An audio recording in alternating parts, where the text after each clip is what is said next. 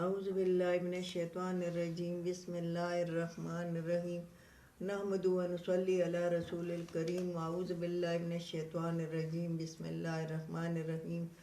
میری بہنوں، میرے بھائیوں، میرے بچوں، میرے عزیز ہم وطنوں، مسلم غیر مسلم، قرآن سب کے لیے ہے۔ میں نے کل 100 آیات تک میں نے ویلوگ بنایا تھا۔ آج میں 101 آیات سے بنا رہی ہوں صورت انعام میں، اور 7واں سپارہ ختم ہونے کو ہے۔ اچھا تعالیٰ یہاں بھی اللہ تعالیٰ اپنی وہ ذات کی اپنی ذات میں دوسری ذات کی نفی کرتا ہے کہ میرے ساتھ کوئی بھی شریک نہیں ہے، اور تم جو شریک میرے ساتھ بناتے ہو وہ تم جھوٹ کہتے ہو۔ تو پہلے کل میں بیان کیا تھا میووں کا، فروٹ کا، وہ جو آج جو ہے تو یہ شرک کا بیان ہے۔ وَجَعَلُوا لِلَّهِ شُرَكَاءَ الْجِنِّ وَخَلَقَهُمْ وَخَرَقُوا لَهُ بَنِينَ وَبَنَاتٍ بِغَيْرِ عِلْمٍ۔ وَجَعَلُوا لِلَّهِ بناتے ہو اللہ کے ساتھ تم شریک جنات کو۔ یہ کہتے ہیں، بعض کہتے تھے کہ یہ فرشتے جنیاں سے پیدا ہوئی ہیں اور یہ فرشتے جنہ کی اولاد ہے، تو اللہ تعالیٰ کے ساتھ تم شریک بناتے ہو۔ جن جو ہے تو فرشتے اللہ کی بیٹیاں تم بتاتے ہو۔ قرآن میں دوسری جگہ پہ بار بار آئے گا۔ اللہ کے ساتھ شریک بناتے ہو، خلقہم، اور پیدا کیا ہے تم کو بھی ان کو بھی، وخرقوا لہو بنینا و بناتم بغیر علم، اور بناتے ہو اس کے ساتھ بیٹے اور بیٹیاں۔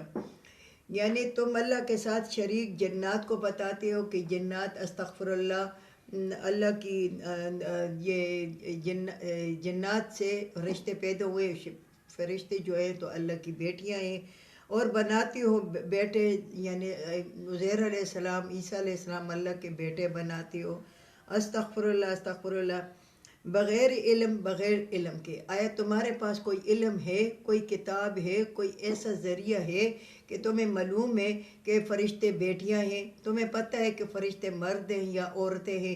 یہ تو تمہیں کسی کو پتہ نہیں ہے۔ اس کے باوجود بیٹیاں تشخیص کرتے ہو اور بیٹیاں بناتے ہو اور بیٹے بناتے ہو بغیر علم کے۔ علم تمہارے پاس ہے نہیں، تو اللہ تعالیٰ اس کی نفی میں کہتا ہے سبحانہ و تعالی عما یصفون، پاک کہ اللہ اس سے، اور بلند ہے وہ جو تم بیان کرتے ہو۔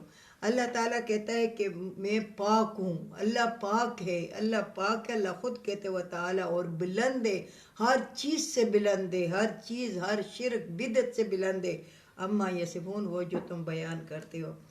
پھر اللہ تعالیٰ بتاتا ہے اپنی وحدانیت، بدیع السماوات والارض، بنانے والا ہے آسمانوں اور زمین کو۔ وہ اللہ، اس کی بیٹیاں اور بیٹے کیسے ہوں گے؟ وہ تو زمین اور آسمان کو بنانے والا ہے، وہ بیٹیاں اور بیٹے وہ زمین آسمان بنا سکتے ہیں؟ انا یکون لہ ولد، اور کیسے ہوگا اس کی اولاد؟ ولم تکن لہ صاحبۃ، اس کی تو کوئی بیوی نہیں ہے۔ اپنے آپ سے تم اس طرح غلط باتیں کرتے ہو، اور غلط باتوں پہ لوگوں کو بھی کرتے ہو، اپنا بھی یقین خراب کرتے ہو، لوگوں کا بھی یقین خراب کرتے ہو۔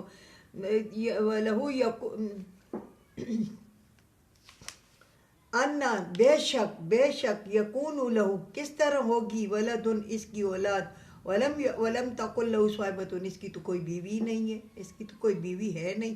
بیوی نہیں بیان کرتے مگر اولاد بیان کرتے ہو۔ یہ کیسے تمہارے علم ہے؟ یہ کیسے تمہارا سوچ ہے؟ یہ کیسا تمہارا عقل ہے؟ وَخَلَقَ كُلَّ شَيْءٍ، اور اس نے پیدا کی ہر ایک چیز۔ اللہ تعالیٰ نے ہر چیز زمین آسمان میں اللہ تعالیٰ نے پیدا کیا تھا۔ اللہ تعالیٰ اپنی وحدانیت بیان کرتا ہے، وَهُوَ بِكُلِّ شَيْءٍ عَلِيمٌ، اور اللہ تعالیٰ ہر چیز پر علم رکھنے والا ہے۔ تمہارے پاس کوئی علم نہیں ہے، تمہارے پاس کوئی معلومات نہیں ہے، تمہارے پاس کوئی عقل نہیں ہے، فکر نہیں ہے۔ تم یہ سوچو کہ اس کی بیوی تو ہے نہیں، پھر اولاد کیسی ہوگی؟ وہ تو پیدا کرتا ہے ہر ایک چیز، زمین آسمان کی ہر ایک چیز، اور وہ اللہ تعالیٰ ہر چیز پر علم رکھنے والا ہے، اور اسے پتہ ہے کہ کوئی چیز کہاں ہے، کیا کام کرتی ہے اور کیا ہو رہا ہے۔ ذالکم اللہ ربکم، اللہ تعالیٰ کی وحدانیت بیان ہو رہی ہے۔ ذالکم اللہ ربکم، اس طرح ہے اللہ تعالیٰ رب تمہارا، یہ تمہارا رب ہے، اس کو سمجھو۔ لا الہ الا ہوا، نہیں ہے کوئی معبود سوائے اللہ کے مگر یہی اللہ ہے. کوئی معبود، کوئی سجدہ کرنے والی، کوئی ذات، کوئی اللہ، کوئی بیٹا، کوئی بیٹی، کوئی اللہ کی نہیں ہے. اللہ تعالیٰ وحدہ لا شریک ہے. اللہ تعالیٰ اکیلا ہے اور وہ اکیلا رہے گا، اکیلا رہے گا.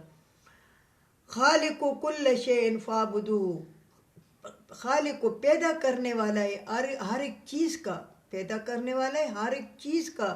فاعبدوہ، پس اس کی عبادت کرو. ہر ایک چیز کا پیدا کرنے والا ہے، بس اس کی عبادت کرو. وَهُوَ عَلَى كُلِّ شَيْءٍ وَكِيلٌ، اور یہ اللہ ہر ایک چیز پر کارساز ہے.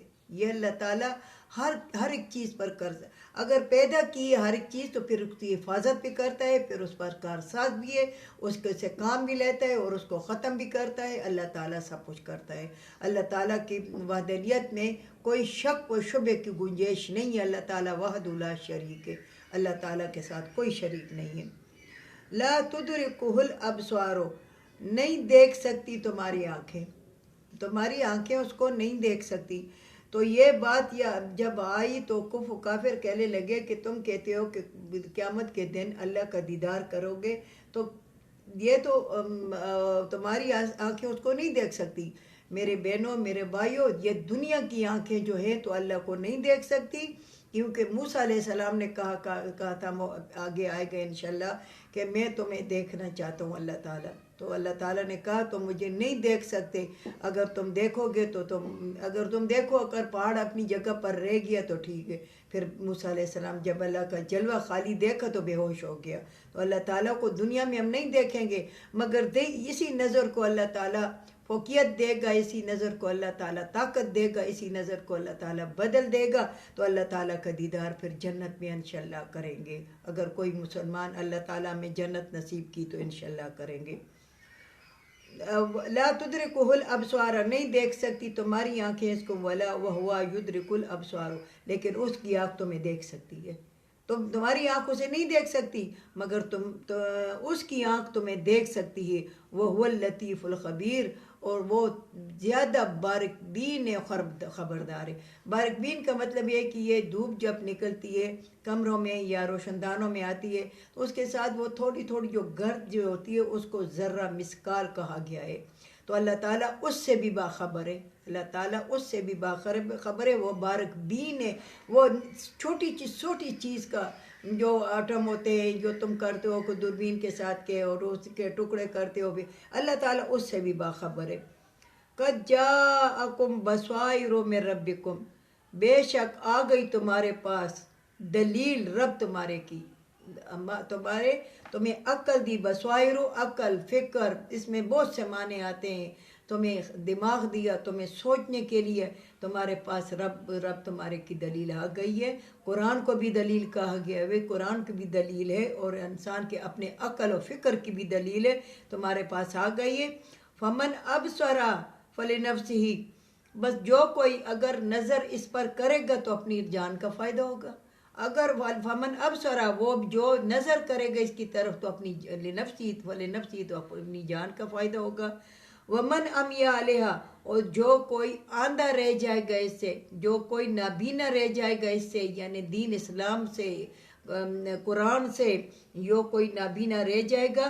وما انا علیکم بحفیظ، اور میں نہیں ہوں تم پر حفاظت کرنے والا، تم خود اپنے آپ کو. تو یہی ہے کہ وہ کہتے ہیں خدا خود بندے سے پوچھے بتا تیری رضا کیا ہے. خدا کہتا ہے کہ تمہاری رضا کیا ہے، تم کہاں جانو. اللہ تعالیٰ نے کھلی چھٹی دی ہے. اللہ تعالیٰ نے کہا ہے کہ جو بھی کرو تم کر سکتے ہو تم کرو.